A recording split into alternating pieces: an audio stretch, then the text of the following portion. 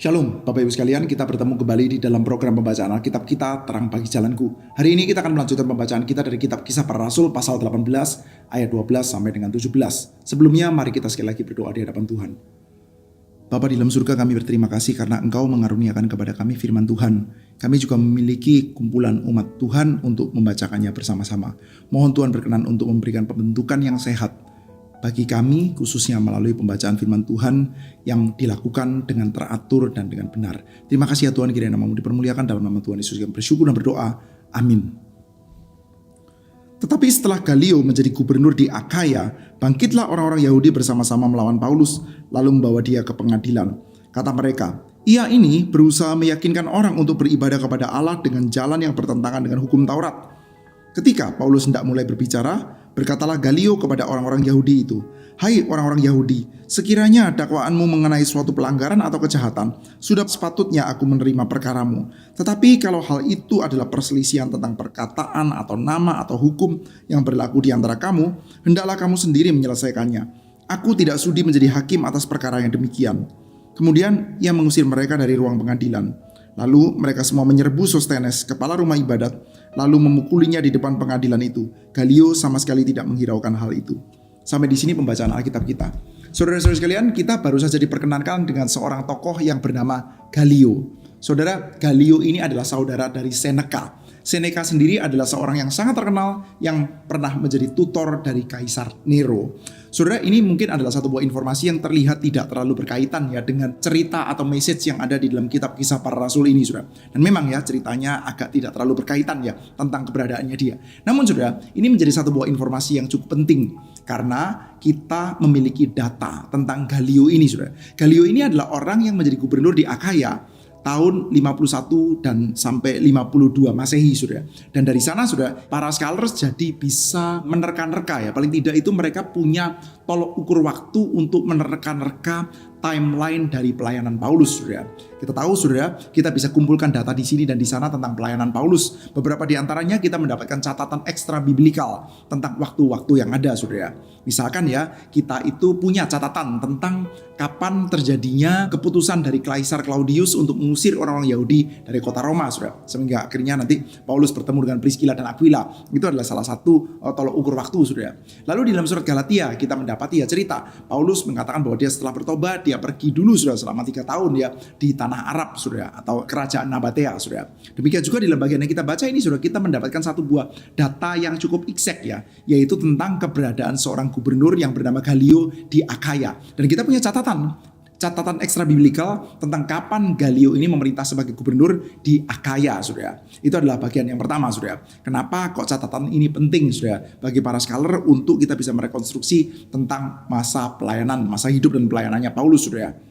Di dalam bagian ini kita melihat, saudara, Galio adalah seorang gubernur di Akhaya, dan pada waktu itu, saudara, orang-orang Yahudi di Korintus ya, rupanya mereka ini mulai membuat kekacauan, saudara. Korintus adalah satu buah kota yang penting di dalam provinsi Akhaya, saudara. Saudara, kalau kita mengingat-ingat ya, perjalanan misi Paulus yang kedua itu nanti akan pergi ke dalam beberapa kota yang penting, saudara, yang akhirnya nanti kita juga ketemu sama suratnya, saudara. Misalkan ya, di dalam perjalanan misi kedua ini nanti Paulus di provinsi di Makedonia, saudara, bertemu dengan kota Filipi, penginjilan di sana. Lalu Tesalonika, Berea, tapi Berea tidak ada suratnya, saudara. Ada di Athena juga nggak ada suratnya, saudara. Nah sekarang, saudara, di dalam provinsi Akhaya ini ada Korintus, saudara. Nah di Korintus ini, saudara, rupanya ada kumpulan orang-orang Yahudi yang cukup besar pengaruhnya, saudara. Dan dia akhirnya membuat keributan dan berhasil menyeret Paulus ke hadapan gubernur, saudara. Dan mereka itu menuduh bahwa Paulus ini mengajarkan orang-orang Yahudi untuk menyembah kepada Allah, atau mengajarkan kepada banyak orang untuk menyembah kepada Allah yang asli, saudara. Allahnya orang Yahudi, tetapi dengan cara yang tidak legal. Dengan cara yang tidak legal dalam artian tidak sah menurut hukum Taurat, saudara. Dan kita perlu mengetahui ya bahwa pada waktu itu ya Romawi dan juga banyak kerajaan atau pemerintahan yang lain, saudara, mereka itu seringkali bersifat pragmatis. Jadi, saudara, kalau kita berbicara tentang para pemimpin, pemerintahan dan lain sebagainya, biasanya, saudara, pemerintahan itu kan punya haluan ya, punya ideologi gitu, saudara. Misalkan kalau kita bicara tentang Amerika, saudara, ada Demokrat, ada juga Republik, saudara. Di Indonesia, saudara, ada partai-partai agama, ada partai-partai nasionalis gitu, saudara. Kita mendapati ya komunis sudah tidak ada ya, saudara. Tetapi Kalau dulu itu kan ada ya sudah, ada yang sangat kanan, ada yang tengah, ada yang kiri sudah. Sekarang yang kiri sudah katakanlah tidak ada lah sudah ya, partai yang betul-betul sosialis gitu sudah, atau apa komunis sudah kayak tidak ada. Tetapi sudah itu yang disebut sebagai ideologi. Tapi kita tahu sudah, seringkali sampai kepada tataran pemerintahan sudah, ideologi itu jadi lebur. Kita bisa melihat ya saat ini ya sudah, ada beberapa parpol di Indonesia sudah, yang kalau kita cek itu sebetulnya ideologinya itu seperti kayak harusnya itu tidak bisa loh berkoalisi itu. Misalkan partai-partai agama yang agak kuat begitu sudah, itu bisa berkoalisi dengan partai-partai, let's say misalkan partai-partai yang lebih condong liberal begitu sudah ya, haluannya itu nasionalis rada liberal begitu, itu atau rada ke kiri-kirian gitu sudah. Yang partai agama kok bisa berkoalisi dengan yang rada ke kiri-kirian, itu gimana itu? Itu kita susah untuk membayangkan sudah. Tapi ya kita biasanya kan sekedar mencibir saja ya sambil mengernyitkan dahi, atau mungkin sedikit berpendapat sinis dengan mengatakan, aduh, kalau sekarang itu kita nggak usah ngomong lah tentang ideologi, nggak usah dogmatik lah kalau sudah berkaitan dengan ideologi itu. Ujung-ujungnya itu pragmatis saja. Seringkali sudah, kalau ada satu buah kekuatan politik yang cukup besar dan di dalamnya itu masyarakatnya itu lumayan diverse, akhirnya keputusan yang seringkali diambil ya seperti itu sudah. Tidak sampai dogmatis sekali sudah, tidak sampai ideologis banget sudah. Ujung-ujungnya ya pragmatis juga sudah. Ini di dalam semua institusi sudah. Seringkali terjadi seperti itu. Baik itu negara, baik itu kerajaan, baik itu perusahaan, baik itu gereja sekalipun seringkali kan juga begitu sudah. Ini urusannya adalah teologis nih, urusan adalah spiritualitas, urusannya adalah kebenaran. Tapi sudah seringkali keputusan-keputusan yang diambil itu akhirnya adalah pertimbangan-pertimbangan pragmatis saja sudah. Nah Roma juga sama sudah, pragmatis saja mereka ini sudah. Apakah Romawi itu punya imperial cult ya, punya semacam kayak sistem penyembahan kepada kaisar? Ya punya kuil-kuil dan punya dewa-dewa, ya punya sudah. Tetapi sudah, mereka tidak sampai betul-betul dogmatik lah tentang hal itu sudah.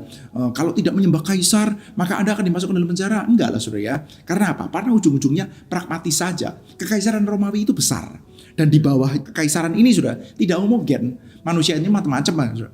Manusianya macam-macam, agamanya macam-macam, etnisnya juga macam-macam sudah. Karena kan Romawi melakukan penaklukan daerah yang luas sudah. Sehingga ya kita bisa bayangkan sudah, ya pragmatis saja. Kalau mereka itu akhirnya itu punya agama yang berbeda, tapi akhirnya itu ya masih bisa tunduk di bawah kekaisaran Romawi, ya sudah lah sudah. Dan mereka tahu sudah, orang-orang Yahudi adalah satu buah bangsa yang kalau disuruh betul-betul meninggalkan imannya itu mereka akan nyakar sudah. Mereka akan melawan.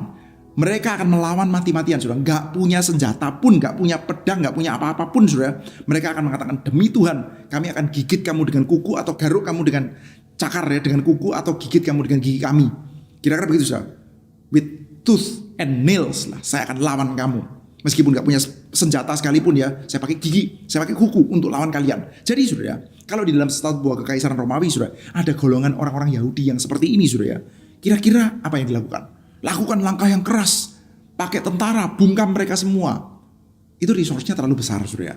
Anda mesti bayar tentara, Anda mesti melakukan aksi-aksi pemusnahan yang akhirnya itu membuat banyak orang takut. Nanti akhirnya perekonomian jadi agak susah berjalan dan lain sebagainya sudah. Maka ya sudah, sepanjang mereka ini tidak sampai keterlaluan melakukan tindakan pemberontakan di sini dan di sana, ya udahlah. Kamu mau menyembah kepada Allahmu ya sudah terserah lah. Menyembah kepada Yahweh terserah lah. Kamu tidak mau berdoa kepada ya, nggak mau sembahyang kepada kaisar, nggak mau sembahyang melakukan imperial cult ya, nggak mau berdoa kepada kaisar, nggak mau berdoa di dalam kuil-kuil yang resmi ada di kerajaan. Ya udahlah, sepanjang ya kamu tidak melakukan pemberontakan atau syukur-syukur kalau kamu itu misalkan ya mau juga berdoa bagi kekaisaran. Nah itu pragmatis saja sudah. Maka sudah Yudaisme sudah pada waktu itu ya paling tidak sudah mendapatkan semacam kayak satu buah tempat lah.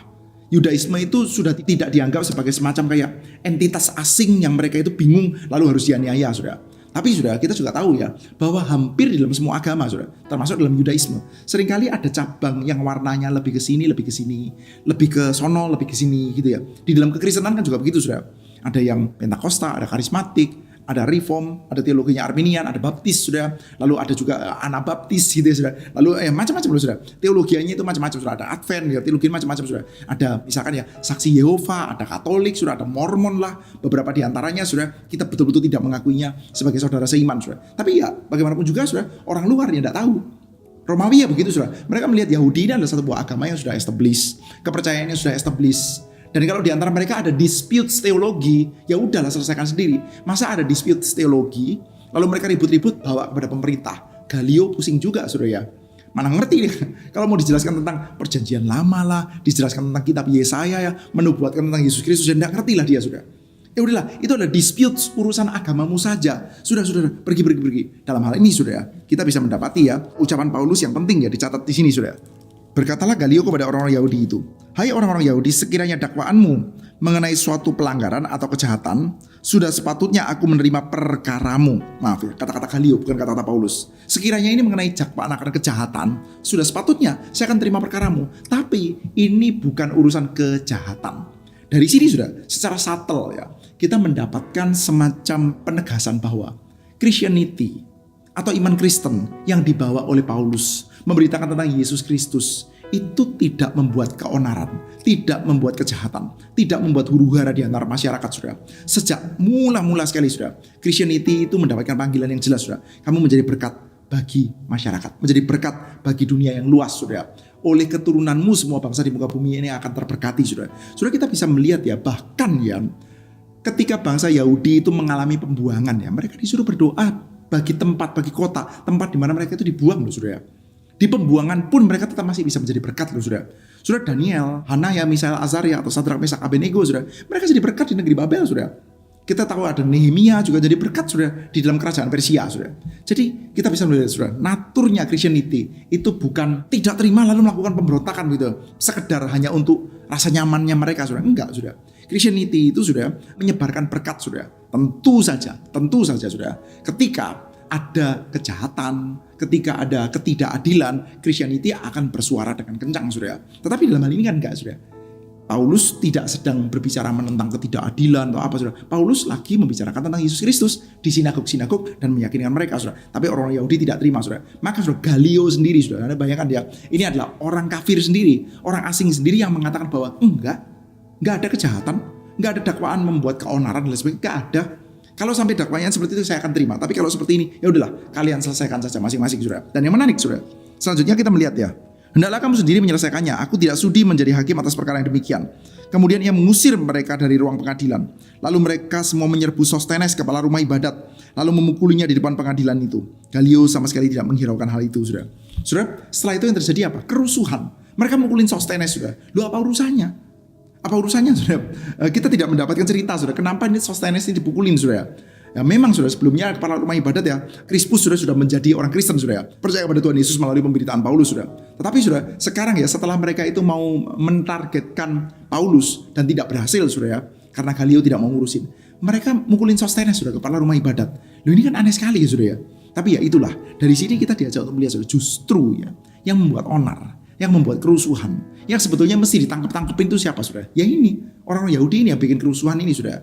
Tetapi saudara, kita juga tidak melihat ya Galio akhirnya menangkap, saudara. Kenapa, saudara? Galio couldn't care less lah. Bagi Galio ya sudah lah, itu urusan mereka tuh. Mau kalian berantem sendiri, mau dipukulin, mau dan lain sebagainya, sepanjang nggak sampai betul-betul mengganggu ketertiban, ya dibiarkan. Di sini sudah kita diajak untuk melihat, saudara, baik mereka yang membuat onar ini dari antara orang Yahudi maupun Galio yang adalah seorang pemimpin kafir, saudara, yang akhirnya mendeklarasikan bahwa Paulus itu bukan outlaw. Paulus itu bukan pelaku kejahatan atau pelaku kriminal. Dia sudah deklarasikan di sini, seorang kafir, pejabat publik menyatakan bahwa Paulus itu bukan pembuat onar. Tapi di sini sudah yang berbuat onar siapa? Yang berbuat onar adalah orang-orang Yahudi sendiri. Dan setelah sudah ada perbuatan onar seperti ini, sudah apa yang dilakukan oleh Galio, sudah dibiarkan saja. Dia nggak peduli sama sekali. Di sini kita melihat ya, kalau kita boleh coba bagi dengan 3 partai ya, sudah ya.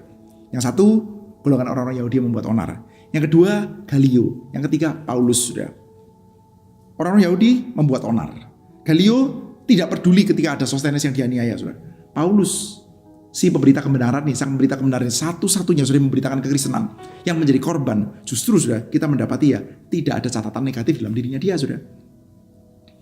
Galionya jelas, saudara, dia tidak peduli tentang ketertiban masyarakat. Sementara yang buat onar adalah orang-orang Yahudi. Di sini sekali lagi kita melihat, saudara, Kristianitas, orang-orang Kristen dan berita Injil itu bisa mengalami tekanan dan seringkali memang akan mengalami tekanan, saudara. Tetapi saudara, mereka ini dijagai oleh Tuhan untuk bertahan dan akhirnya akan terbukti bahwa mereka itu tetap bisa menjadi berkat di dalam masyarakat.